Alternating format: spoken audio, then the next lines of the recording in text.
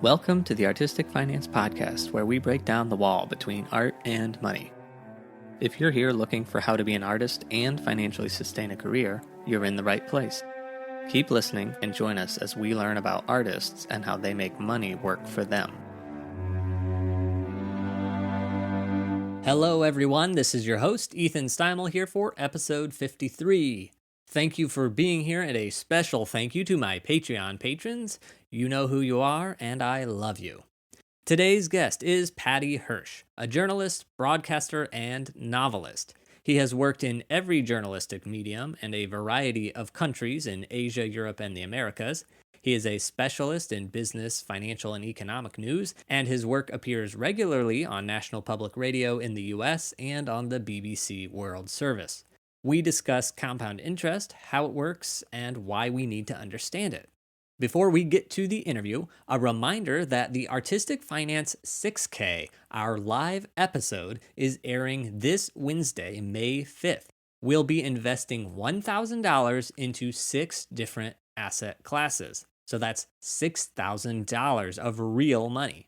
If you want to participate, become a patron today and vote in our poll to decide what stocks we're going to purchase.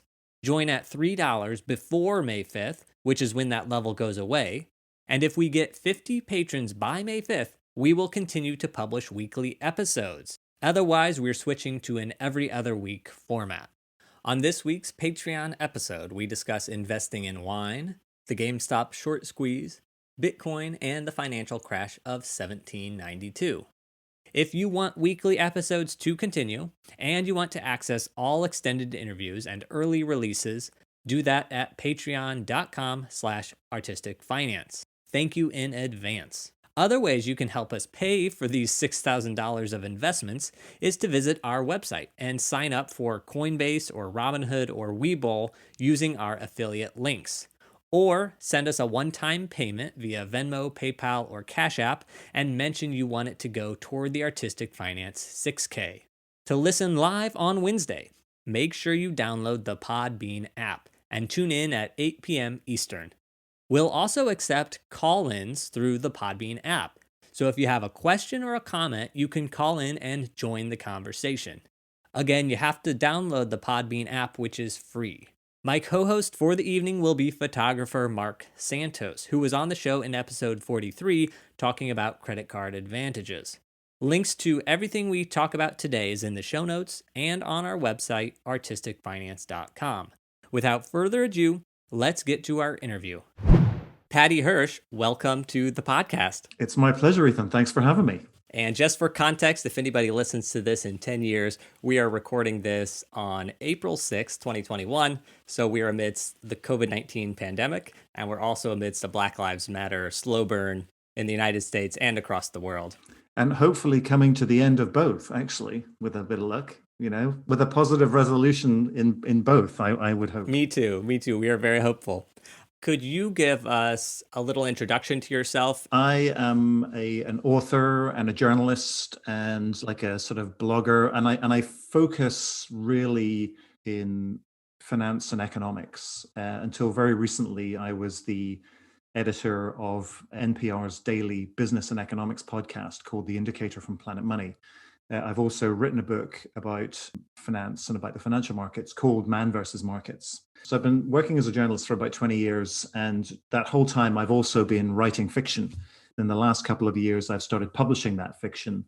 And I've enjoyed that so much that I've actually kind of started to decide to move away from journalism a little more and into the fiction writing a little more. So I'm pretty much now almost a full-time fiction writer, so full-time artist really, and really a part-time journalist, whereas before I was more a full-time journalist and a part-time artist. So I've made that change, made that move into the artist world, which is an interesting transition. Most enjoyable, a little scary, but really, really good fun. I'm really enjoying it. I do a little bit of journalism on the side at the moment. I'm doing a little bit of editing here and there and working in the podcast world, but most of the time, I'm pretty much writing full-time right now. Could you describe your demographics for us? Yeah, so I am a white, cis male.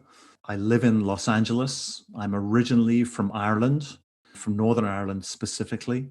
I think that's it, isn't it? Yes, I have two follow-ups though, actually, and you don't have to say your I'm age. old.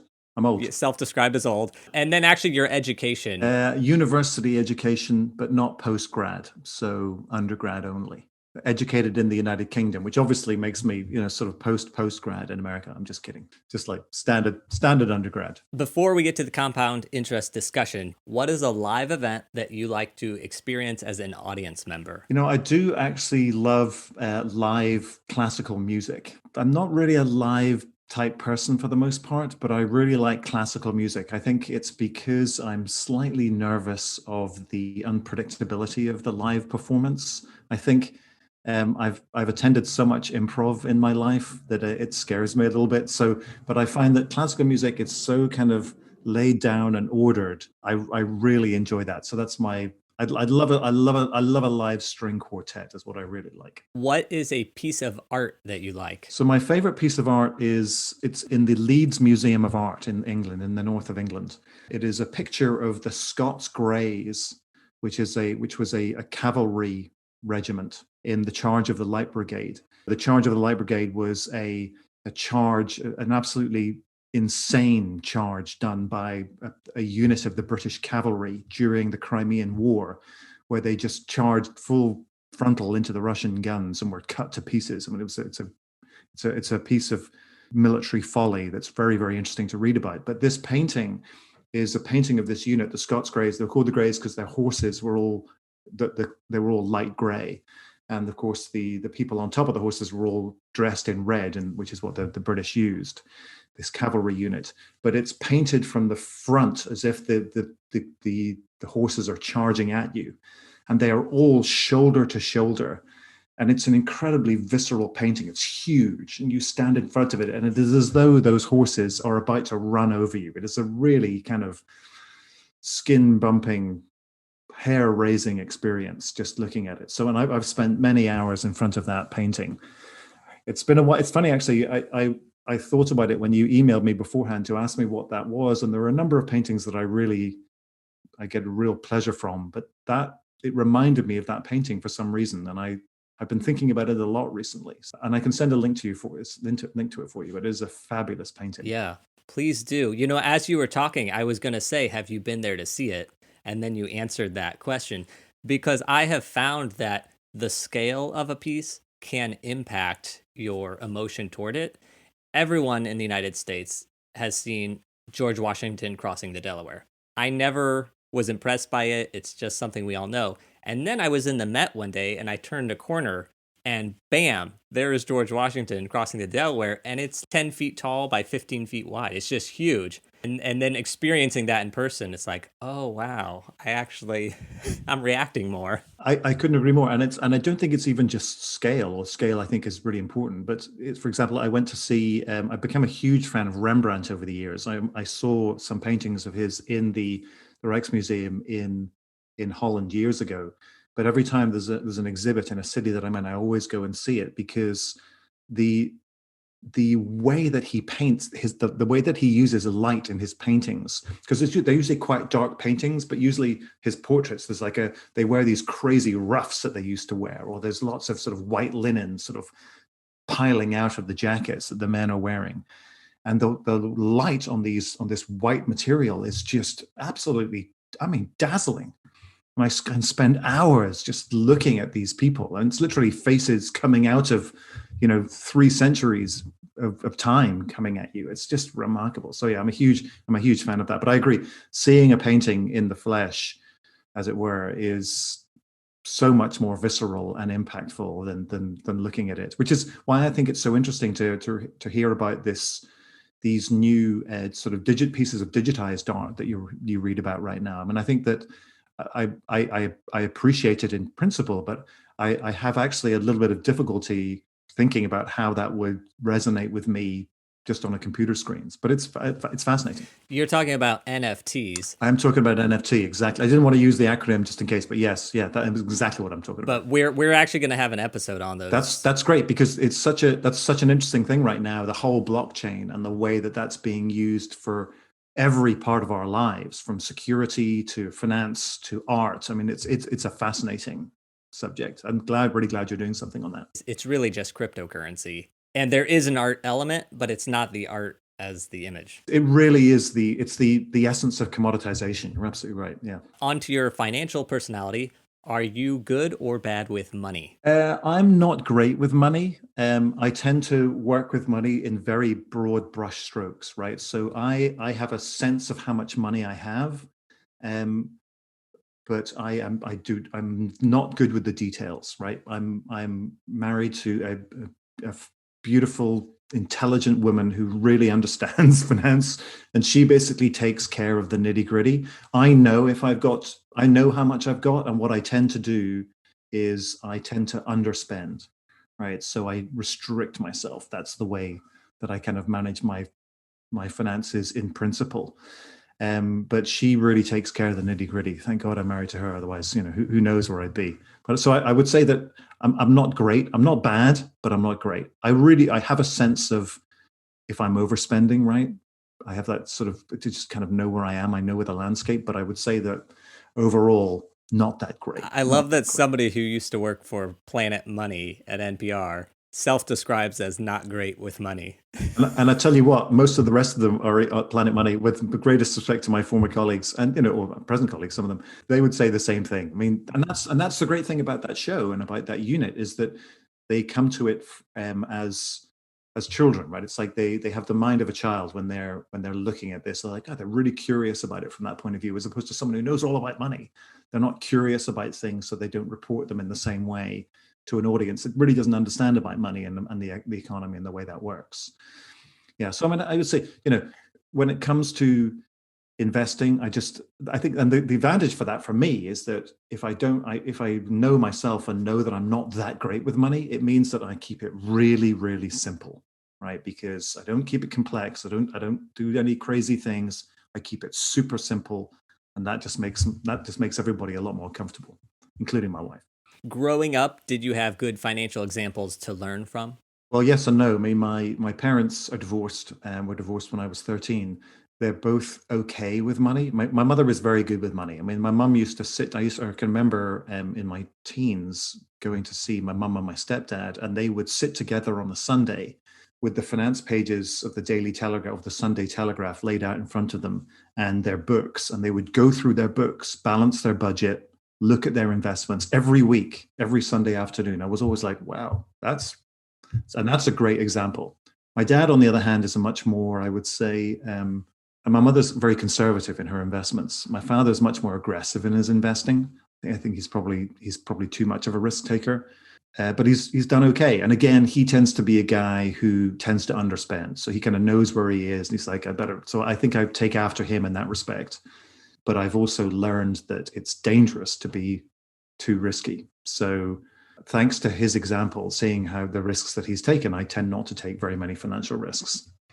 All right, now on to compound interest. So the reason we're talking about this today is because there are certain things in all these interviews that keep coming up over and over again. And one of them is real estate, and something else is compound interest.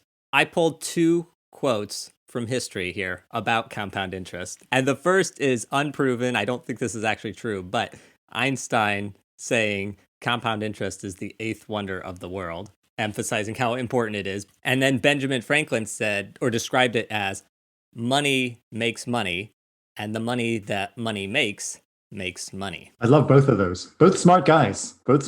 My question to you is, what is compound interest? Well, as Benjamin Franklin once said, it's... We should say that the reason that you're asking me this is because I used to work for a company called Marketplace, which is a public radio program. And whilst I was there, I produced a series of sort of explanatory videos on various sort of parts of financial markets and investing and that kind of stuff. They're really great videos. Most of them are very short, like sort of 2 minutes, and they explain concepts really simply. And you can find them on YouTube. If you search Paddy Hirsch whiteboard, they'll pop up, or Marketplace whiteboard, they'll pop up, and you'll see there's a bunch. I think there's like 60 of them or something. Anyway, one of them is about compound interest. And the reason that I actually tended in these explanatory videos to do more sort of explainers of the way financial markets worked, but we found that compound interest, again with us at Marketplace, was something that was coming up again and again and again, and people were saying, what is this compound interest thing? And compound interest is basically just when you invest money and you take the interest from that money and you just put it back into the principal. So a couple of terms, right? So when you invest some money, right? Say you put money into a bank account that earns 3%. There are two parts to that transaction. Firstly, there is the investment of the principal. So the principal is the $100 that you put into that account. The interest is the 3% a year that gets thrown off, the $3 that you get extra a year as a result of that principal investment, right? So there's principal and there's interest. Now, compounding is when you take that 3% interest and you just put it back into the account. So at the end of the year, you've got $103. And then you get interest at the end of the next year, not on $100, but on $103. So it's a little bit more, tiny little bit more. And you put that money back in again. So you're compounding, right? That's the verb. You're compounding the return on your principal, right? So your principal expands over time. $103. Next year, it's $107. Next year, it's $110, right? So it's compounding, and the interest is still 3% every year. But because that principal is getting bigger, the interest gets bigger, and so the actual principal itself grows much larger over time. So that is the principle of compounding. I hope that made sense. No really good analogy for this. I like to use analogies, but that's really, it's almost an analogy in itself. Say you have $100 and your goal is, I'm going to put in $100 for the year. Is it best to put in that $100 at the beginning of the year? Somewhere in the middle, it doesn't really matter? Or should I do the $10 a month? Will that impact this at all when I'm thinking about trying to take advantage of this? When you're thinking about saving, it doesn't really matter, right, how you make it work, except that it's the most convenient to you. That's the most important thing. So it's like, if you're saying, I've got $100 here. I can save $100 a year, right? It's obviously going to be more than that, but let's just say that's the number. I can save $100 a year. I would say, what's the best way that works for you? What's the most convenient? If you can take it at the beginning of the year, if it's there, it's like, oh, I'm going to say, because we're artists, right? We get paid in different ways, right? Sometimes we get, you get a gig at the beginning of the year, and you get a lump sum for that, and that's all you get for the rest of the year. Well, in that case, take the $100 out of that and sock it away.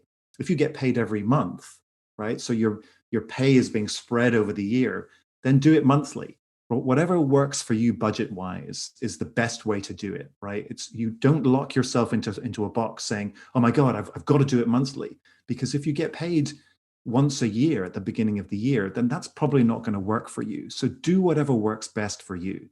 Think of what that number is, and then how is that easiest for you to do, right? That's the best way to do it. There's no hard and fast rules about this. It's what's most convenient for you. And I would say, though, it's worth, anyone who's listening to this, it's like, well, so I'm getting money and I'm getting interest, right? My money is making money.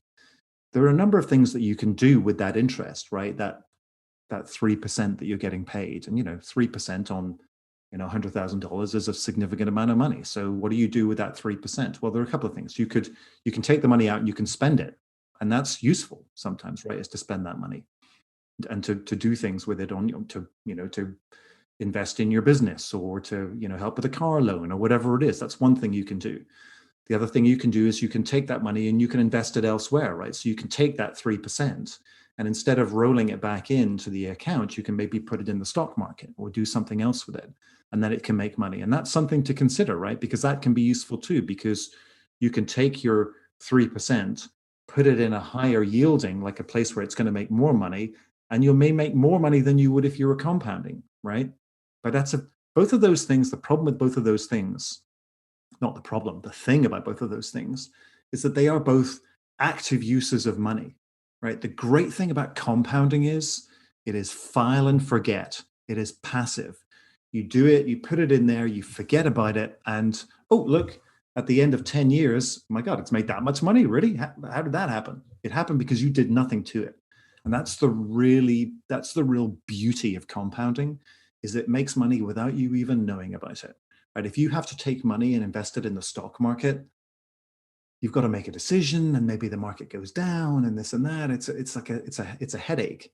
Not a necessarily a bad headache because it can make you a lot of money, but you've really got to think about it. If you're spending the money, sure, you're spending it on something great, but then the money's gone. All right. You may have spent it on something that's going to make you money. Like, for example, you may put it to a car loan and you're driving Uber or you're delivering food and you make money from that. Then maybe you're making more money than you would if you compounded it. Yes, but you still have to think about that. Compounding, you just don't have to think about it.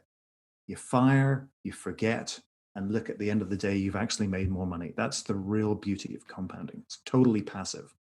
We're talking about compound interest, which is if you're saving money, it's going to get interest.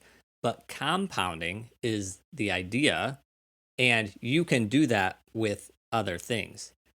So, like in the stock market, if you have stocks that pay you a dividend and they give you money back, you can take that money and buy more of that stock and compound that way. That's not compound interest, but that is compounding, and it works exactly the same way. I am 33, and in my whole life, interest rates have always been low. Saving money to me is not wise. Like, it's important to invest it.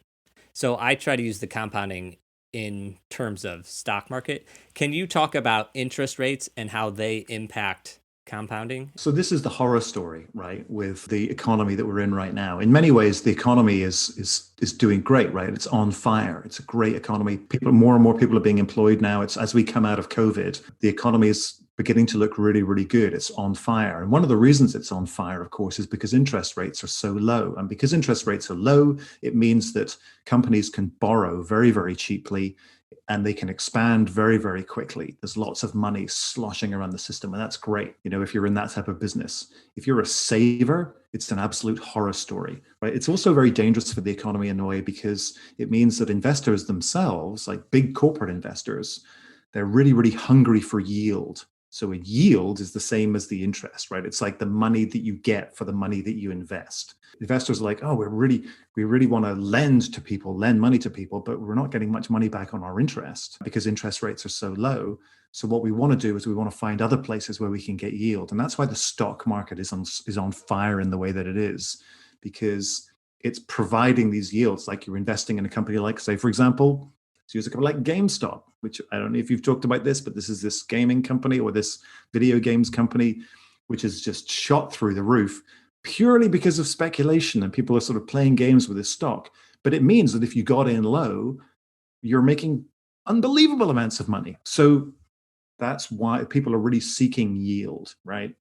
And that's why, if you're an investor like if you're 33 years old and you've got several $1,000s and you're like, where should I put this money? You've got a choice between putting in a bank and getting 1% on your money, if you're lucky, right? Or going to the stock market and speculating and going, I could make loads of money. So it's very, very difficult to make that very, very conservative choice, right? So you're right. A lot of people are saying, oh, well, maybe I should invest, if not in stocks themselves, then perhaps in a fund, right, that gives me a certain return, or maybe even an organization that is going to guarantee me a return, right? And there are organizations out there, they are investment companies that will guarantee you a certain rate of return. Now, you've got to be very careful about these because some of them might turn out to be a Ponzi scheme. That's exactly what Bernie Madoff's Ponzi scheme guaranteed you, 12% base, right? Everyone's like, oh my God, 12%, it's Bernie Madoff. He used to be, the chairman of the SEC or whatever it was. Let's invest with him. And of course, it turned out to be a crazy Ponzi scheme. So you've got to be super careful, right? That's the thing about a bank. If you invest with an FDIC, Federal Deposit Insurance accredited bank, right? Regulated heavily, super, super safe. You're only going to get this much money, but at least you're guaranteed to get this much money.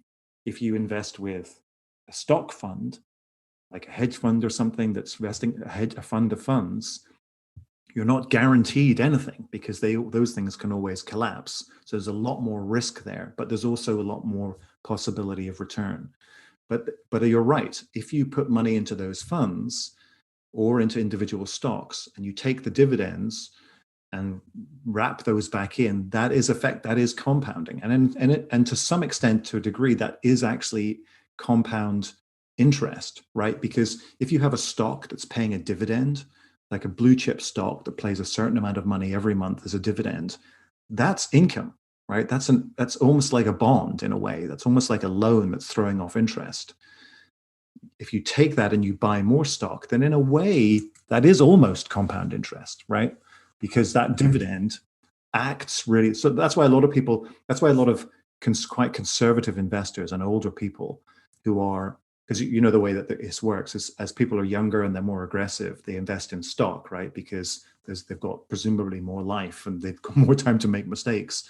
But as they get older, they tend to invest in bonds and loans and a blue chip stock with dividends, because blue chip stock with dividends tends to be very, very like a bond in that it throws off this income every month, which you can reinvest or you can spend. Talked a lot there, but that's a very interesting distinction that you're making, and it's something that a lot of younger people like yourself are thinking about because interest rates are so low. It's so hard to get that yield. We always talk about it with the example of money in a bank. For as long as I've been able to think for myself, I've known that I don't actually want to put it in the bank. Like, that's the emergency fund. That's the money I need now. But that's not my investing money. That's not my money to grow, because it's just going to lose it in a bank. I do like that you said yield, because if you research compound interest, you get this APY, annual percentage yield. And I've always sort of ignored it because I always thought that meant interest. And it does at a bank. But in your example of stock and the dividend, that yield is not just the interest. It's whatever money you get back, whatever dividend you get back. Maybe I'm going to try to use APY, annual percentage yield, more often. I thought it was tied to interest.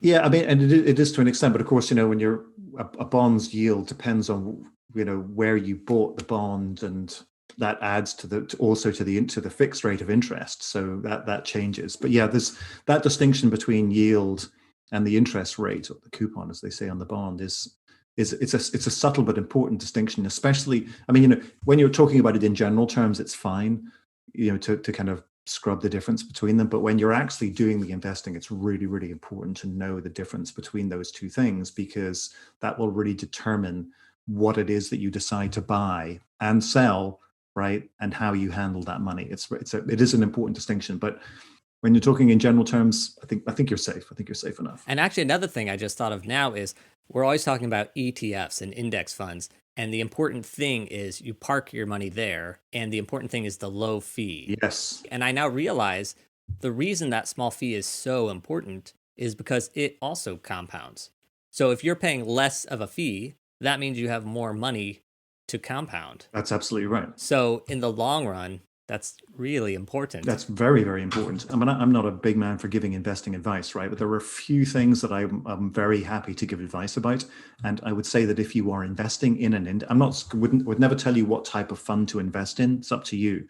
But if you pick an index fund, you should be paying micro interest on something like that. Because the whole point of an index fund, the reason you pay fees, right, into a fund is because you're paying the manager who's going out there and making a decision about what stocks to buy. You buy an index fund, there's no decision to make.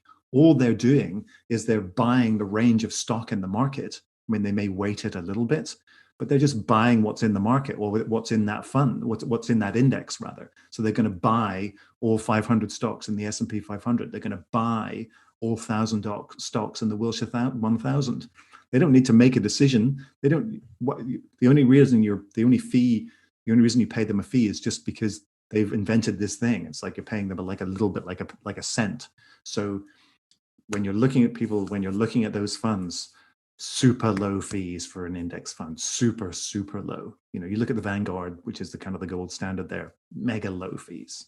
Can you talk a little bit about how removing part of the principal could affect this compounding? We've talked that compounding works no matter what, with whatever amount of money, a small amount or big amount, it's the same sort of percentage that it's either going to keep growing. If you have a retirement fund, there are options that you can sort of borrow that money for a year to 3 years and pay it back. How would that affect my savings long term if I chose to remove some of the principal, a chunk of it? Let's use the 1,000. Let's make it a bit bigger. There's $1,000 in there now, right? So you might say to yourself, "Oh, I can take $100 out of it, and I'll give it back at the end of the year." All right. If you do that, then okay. So Now there's $1,000 and you're getting 3% on the $1,000, right? So that's now $30 that you're getting. So at the end of the year, you'll have 1,030, except that you won't because you've taken $100 out. So now you're getting 900, you're getting 3% on $900. So you're not going to get 1,030, you're going to get 1,025 or 1,020, whatever it is, right? So you're getting, if you take money out, you're getting less money back. And even though you're putting that money back into it, you're still behind. But you may say, oh, well, I'm going to give that $100 back later. But yes, but you're not going to get the interest on that $100, right? That you've taken out. You took out that $100, you're doing something else with it, fine. When you bring it back, yes, you're plugging the money back in there, but you're still losing that little bit of money. So it means that you're already behind on the compounding curve. The whole point of compounding is to, or compounding, if you're saying it in the US, is to put it in there and leave it and forget about it until you need it, until you really, really need it, which should be ideally when you actually do retire and you're going to take that money out and do something with it, pay the tax on it at that point, whatever it is. So, there's, again, I mean, I don't give investment advice because I'm not a professional. I do remember though, when I ran a personal finance show at Marketplace called Marketplace Money, we would bring financial experts on and they would hammer the table and be like, do not touch your retirement account on any account. I mean, unless you're absolutely desperate, because as soon as you start raiding the account, even if you have the option to pay the money back, then you're falling behind on your compounding and you can really ding yourself. And also then there's the danger that you might lose that money and not be able to put it back in which case you're really behind. So I would say that the erosion of your principal has a very negative effect on your ability to compound, even if it's only a small amount. So it's probably not advisable. Okay, there's something called the tipping point, which I think is a mythical thing. You put in the principal, grow the interest, and at some point, you're now making in interest sort of an amount that's larger than even the original principal you put in.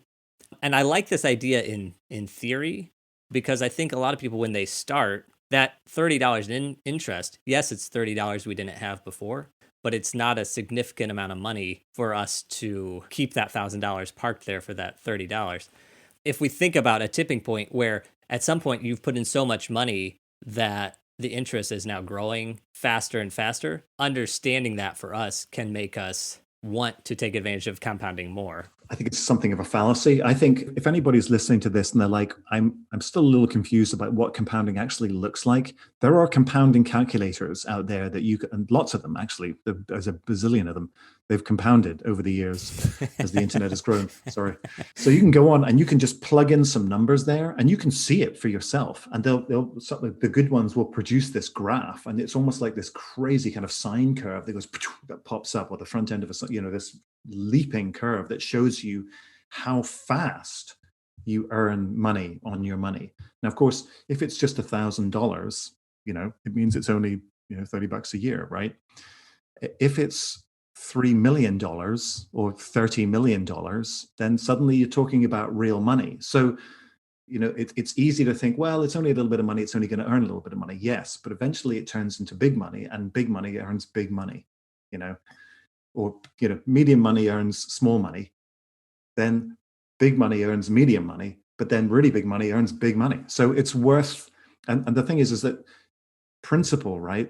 If you keep your principal and don't raid it, you can always add to it, right? So as you gain more wealth and you have more capacity, or you get paid a little bit of a windfall, like say you book an extra gig or whatever, or look at that, I published a couple of short stories on Amazon and they're suddenly making a lot of money. Well, let me just put that and sock that into that original account, and suddenly that starts to compound. It's like a bigger amount of money that's compounding now, and that starts to grow. So if you add to your principal, taking away from your principal has a negative effect.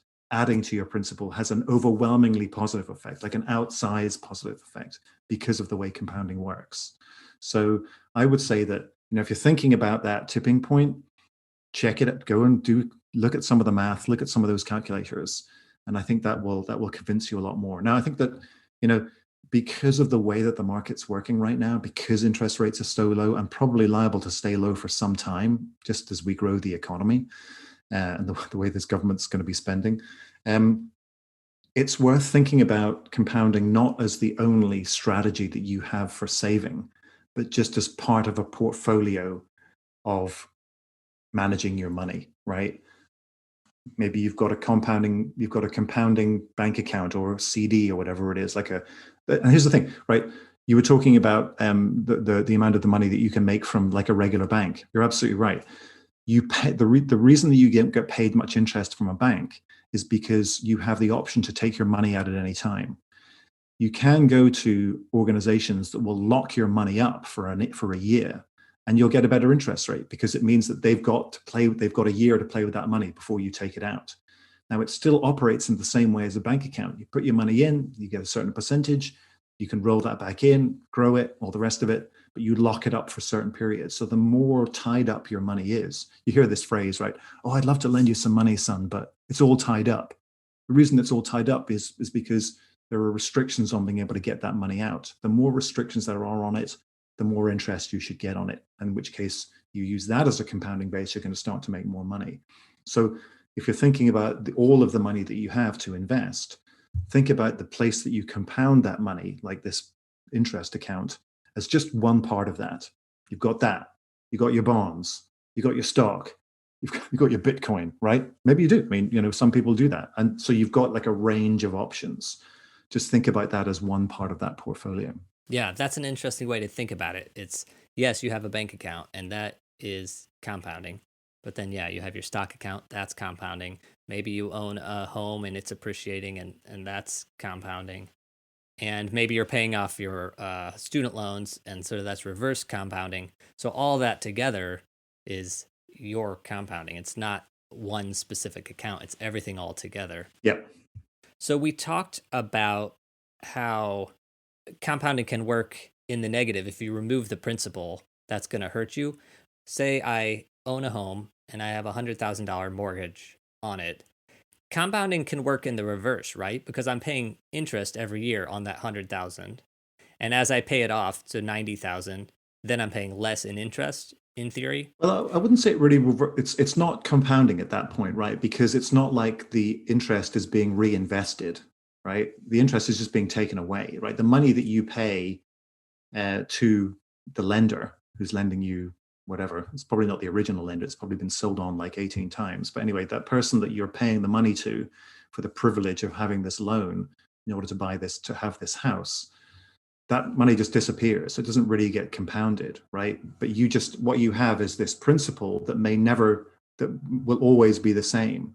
Unless you have a loan, right, where you've arranged it, and you can arrange a loan this way where you pay not just the interest, but a certain amount of principal along with the interest every month, right? So you may pay, I don't know, what are rates right now? Like, let's say they're the gorgeous 3%.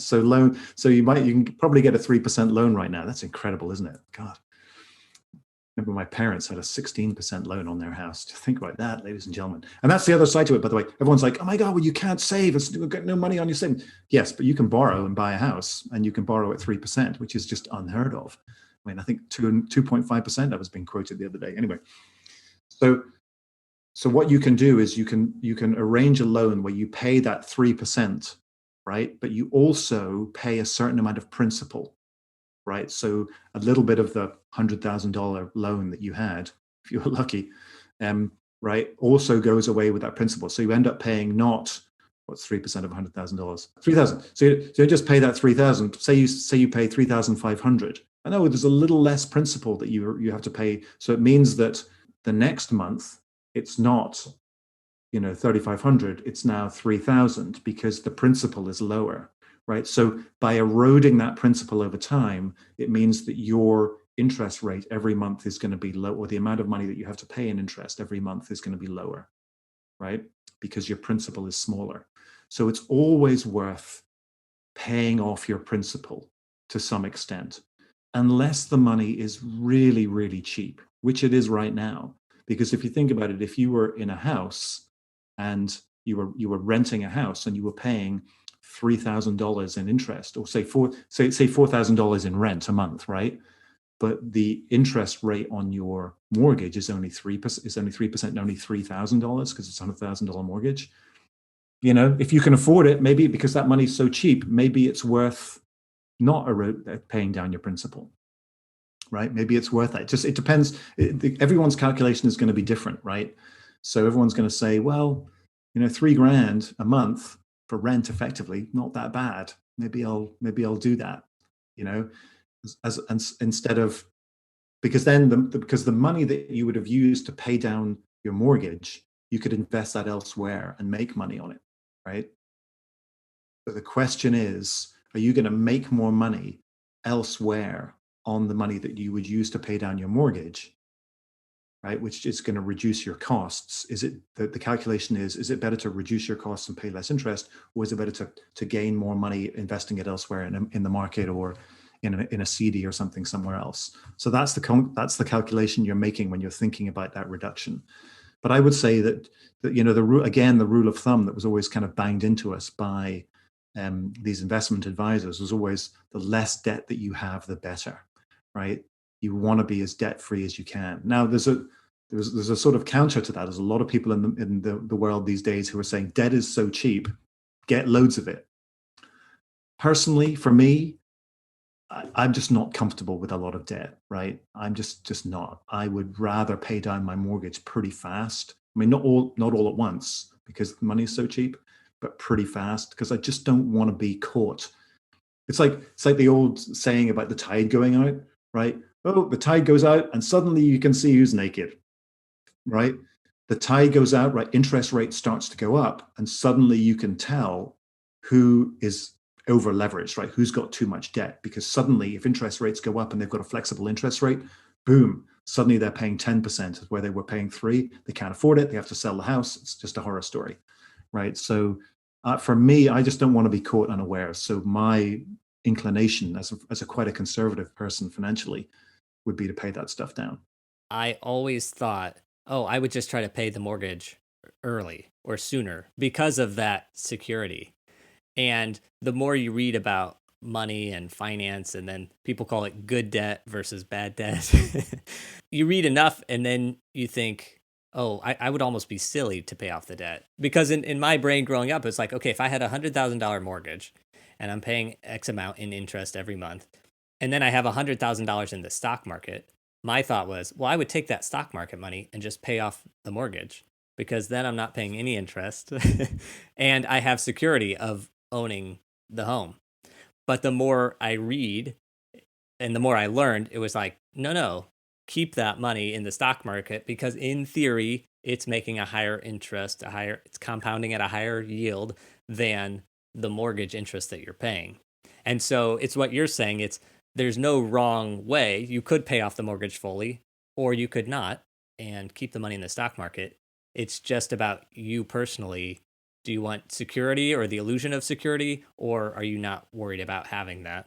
Yeah, it's all about your appetite. This is all about your appetite for risk. That's what it is. Because you put your finger on it when you said, theoretically, the money that you got in the market should make money.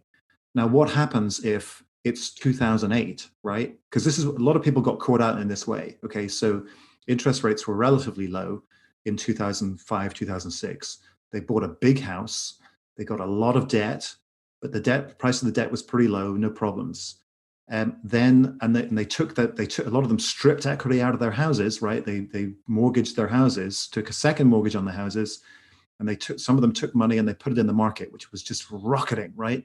Suddenly 2008 hits, right? Lehman Brothers goes bust. The stock market goes through the floor, right? We lose literally 10 years of gains overnight, pretty much.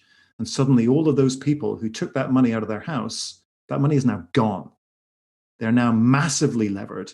Sure, still they had a 30-year interest rate mortgage, so the interest rate is not that high, but they've got no other money.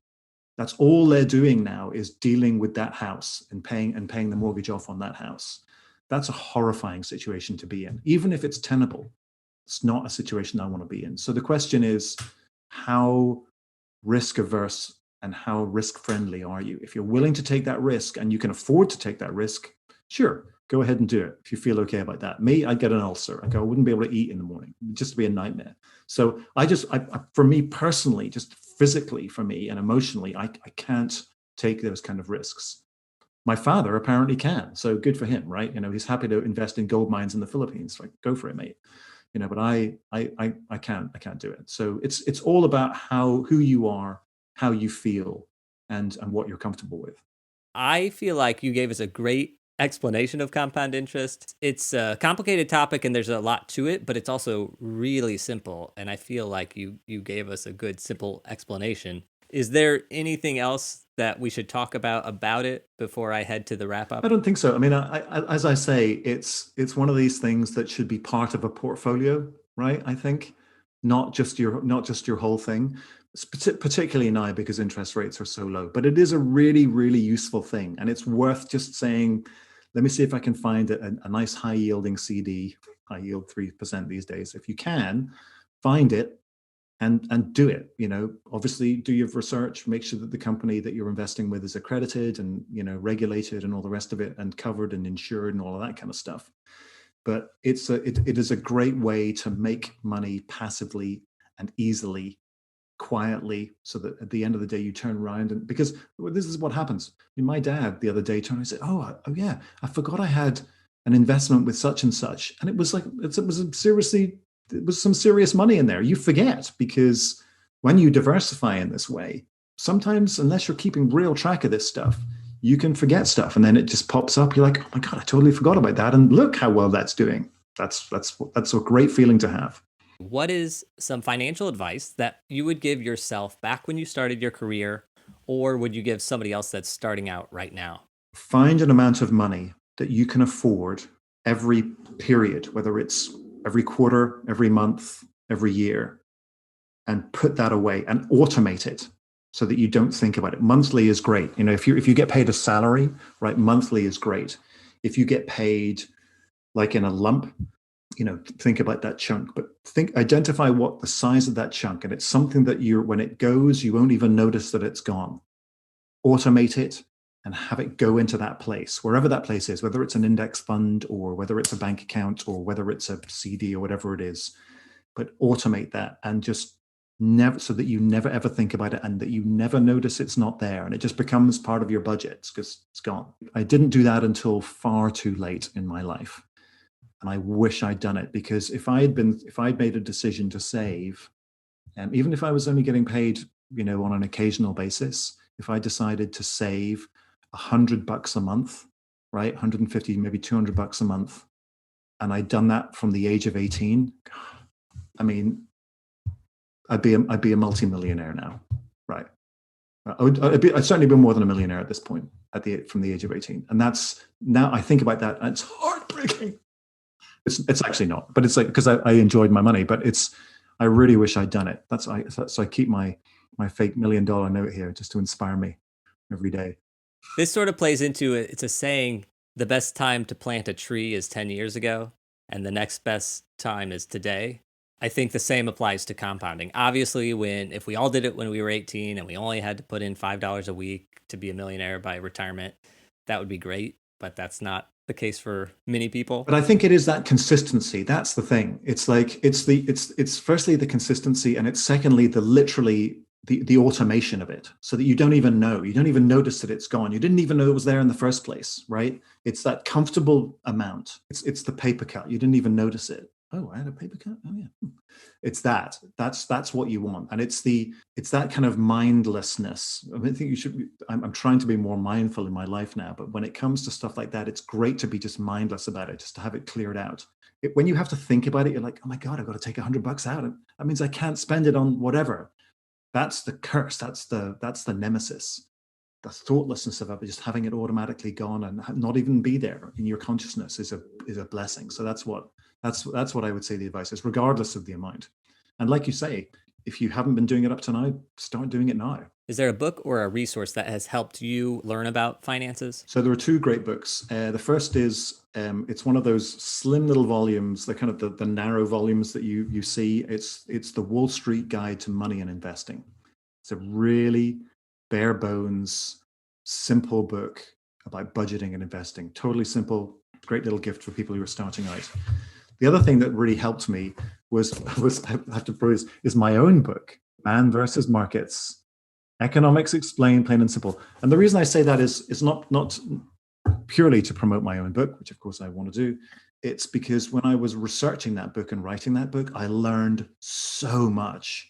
It was like so useful to me because there were bits of the market that I thought that I understood. Like, for example, it's basically what it is. It's a really simple explainer on the way markets work, everything from stocks and bonds up to credit default swaps and the crazy stuff, right? Now, the crazy stuff I actually had a really good grip on because I reported on it for many years. But when I sat down and I started to write about bonds, very, very simple in principle, just writing about it, I was like, oh, they're actually a little bit more complicated than I thought. And I really had to sort of dig into it. And it really gave me a really deep understanding of the way the deceptively simple parts of the market actually do work and these instruments that we use. So I found that it was a great book to write, and I give it away to people for gifts now. I mean, it's people still buy it, which is great. But for example, when I was in my job, I gave a copy to everybody when they joined the team, and they were like, "Oh, they really find it useful." So I think it adds value at this point. That's fantastic, and I love your point that you had a good grasp on the crazy stuff because you reported on it, and then when you were researching about the mundane stuff, then you learned about that, and that's something with this podcast. I mean, we talked about wine. I just assumed I knew that wine was a crazy investment for really rich people or people who really love wine. And I have now learned that it actually is feasible for anybody if they want. And it's not an irrational choice. It's not a crazy idea. You know, buying a bottle from somebody in an alley, sure, that's crazy. But yeah, don't do that. That's not wine. Great. We turned from PG right now. Yes. But actually, now I want to challenge our listeners. If there is something that you want to learn about finance, like compound interest or something like that, reach out to me and propose an episode of this podcast. Be willing to sort of do the research and come to the table with all this information. And so if you want to be on an episode of our show and you want to talk about a specific thing that you want to learn about, do it, because you'll probably learn so much and it's going to help you. It's going to compound, because if you do that this year and you learn all about like Bitcoin, that's going to help you for the rest of your life, as opposed to if you never do it. So challenge, if anybody wants to learn something about finance, any aspect, email me, artisticfinancepodcast@gmail.com, and propose coming on and teaching us all about it. Intellectual compounding. I'd be delighted to help. I'd be delighted to help you with that, actually, Ethan. So if anybody wants to throw the challenge to me by proxy through you, please let me know. And I'm happy to talk about anything from the different classifications of common stock all the way to special purpose acquisition companies, the SPACs. Okay, so two things that I have no idea about. Actually, no, that's not true. SPACs. I just listened to a podcast about SPACs. Yeah, SPACs are crazy. Yeah. Okay, do you know about QRPs or EQRPs? I do not know. Wow. Yeah, this is something. So this was a little bit of a different episode because we talked about a specific topic. But normally I ask guests, what's your retirement plan? And I have a whole list of everything, IRA, 401k, pension, blah, blah, blah. And somebody said, oh, yeah, I have a QRP. And I said, what? This will come out after the episode. But next week, I have a guy on talking about qualified retirement plans. This entire thing that I knew nothing about. Like SPACs, you said SPACs. I never would have thought about SPACs. I never would have understood that word, except that I just learned about it. Right. I mean, it's crazy. And by the way, for anybody listening, a SPAC and a SPAC is kind of like a blank check company, but the two things are slightly different. So when you read in the Wall Street Journal, a SPAC, also known as a blank check company, they're not actually quite the same thing. Wow, there was like 3 new things we just learned that are above all of our heads here. Okay, what can you and I do to stress the importance of compound interest or finance or savings to our fellow artists? Artists are in this really difficult position, right? Because we're pursuing a dream, if you like, that is not necessarily going to yield you money, right? It would be nice if it made you money too, but a lot of the time it doesn't. So the most important thing that you can do is to support your art by supporting yourself. And one of the best ways that you can support yourself is by saving, because there's a real temptation to take that money and to put it into whatever it is that you're doing. But if you can find a way to save that money, it is going to help you be a better artist. All right, because it's going to make you feel more secure. It's going to make you feel more that you have accomplished more, because you can look at that investment as it grows, whatever it is, and that will make you feel better about yourself, and that will transmit itself to your art. Of course, unless you're the kind of artist who wants to be tortured all the time, and there are those. But I would say that if you don't want to be tortured economically and financially, saving and compounding being a part of that is a great part of that. So do yourself a favor and sock that money away and compound it if you can. I think all our listeners agree with you. We do not buy into that starving artist, suffering artist. A starving artist is not a happy artist. And you want to be happy in your work, right? I think everybody does. Don't choose to be unhappy. Choose to feel fulfilled. Choose to be happy. So choose to save. Last question for you. Where can people find out more about you? PaddyHirsch.com. I have a YouTube channel, which is YouTube/Paddy Hirsch. My book, Man vs. Markets, which is the financial book, is available where all good books are sold, of course, on Amazon and all the rest of it. Although I would love you to buy your books through IndieBind, which is the independent label. My two fiction books are The Devil's Half Mile and Hudson's Kill, both of which are historical thrillers set in the late 1700s, just after the first financial crisis in America in 1792. So worth a good read. Again, available where all good books are sold. And if you'd like, you can subscribe to my newsletter, which went dormant for a year during COVID because so busy covering the economic meltdown with NPR, but is about to be resuscitated. So you can do that through my website as well. Once again, that's paddyhirsch.com. I should also say my book is also translated into Chinese. That just came out, republished recently. We have one Chinese listener. Really? Yes, and I know their name, Ben. Ben, we've got a book for you. It was literally just republished in Chinese, so it's now available. Paddy, thank you so much for giving us your time and your knowledge. But thank you for having me, Ethan. That was our interview with Paddy Hirsch. My takeaways were: start early and invest however you are comfortable doing it, as long as you are investing. Also, automate investing and don't pull out the principal. That's the whole point of compound interest, is to keep the money there so it can grow for you. Remember to tune in live on May 5th for the Artistic Finance 6K to find out what $6,000 worth of investments we make. This is real money we're putting up. And when I say we, I mean me. To vote on what we're going to purchase, become a patron to access our poll and send us suggestions. Join at $3 before May 5th to access early releases and extended interviews. The $3 level is going away on May 5th, so join before then. On this week's Patreon episode, we discuss investing in wine, the GameStop short squeeze, Bitcoin, and the financial crash of 1792. And as always, if you want access to the outtakes but you're not ready to become a patron, email me at artisticfinancepodcast@gmail.com and I will share the audio with you directly. Join up at patreon.com/artisticfinance. And thank you in advance. For details on Wednesday's show, listen to our Artistic Finance 6K announcement special episode. We explain more how you can get involved and if you want to help us fund the investments. You can find that on our website, or you can scroll back through your podcast app. That's it for today. Until next time, break a leg. Thank you for listening to Artistic Finance. Find more information on our website, artisticfinance.com. Please subscribe to our podcast and please leave a rating and review. Artistic Finance is produced in New York City by Nicole and Ethan Steimel. Producing consultant Ann Nygren Doherty. Graphics and website by Josh Cutler. Music by Chang Liu.